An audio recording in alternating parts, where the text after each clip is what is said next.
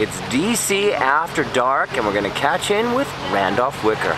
Oh, DC After Dark, let me tell you, there's nothing like it.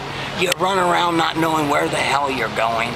I mean, they say the fireworks are there and they turn out to be there, and everyone's running this way and the traffic's going like that.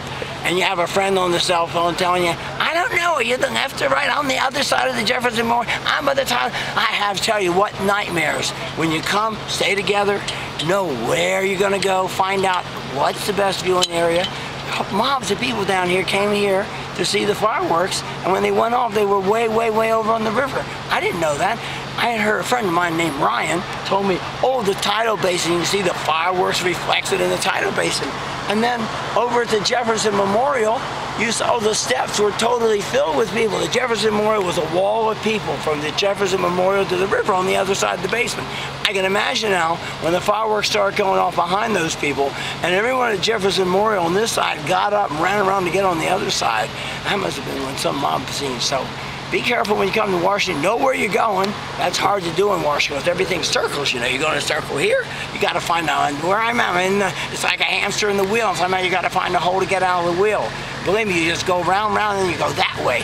Oh, you should have gone another block. So you went that way, and the other block went like this. So now you're like this far apart. You know, that's what this whole town is like. It's a nightmare. They should dig the man up that designed Washington and burn him at the stake. I'm speaking for millions and millions of Americans and tourists everywhere. That's enough for Washington After Dark. I am so tired. I barely survived the pillow fight. And then what did I do after the pillow fight?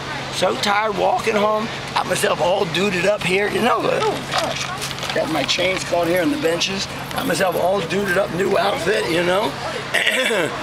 I got a couple compliments on the tie. Wore my hat. It was a nice sparkly hat, you know. I thought, well, it doesn't work at night. Daytime, see, they see the sparkle in the hat, they can find me, you know. And then I set out walking. I set out walking at about 6:30. It's now 9:30. I haven't stopped. I just sat down about 5 minutes ago. Because guess what? You go to the subway. I was right on time. It says, first it said 14 minutes or 15 minutes to the train. And then it says, station closed, shuttle available, shuttle available. I don't know where the hell I want to be shuttled to. You know, these subways go this way and that way. And then the mobs of people go out of the station. I start asking cabs, I said, well, what's money? Let me get a cab. No cab would take you. They were running around with the lights on. I had about 3, 4, 5 cabs. I finally decided cabs don't pick people up.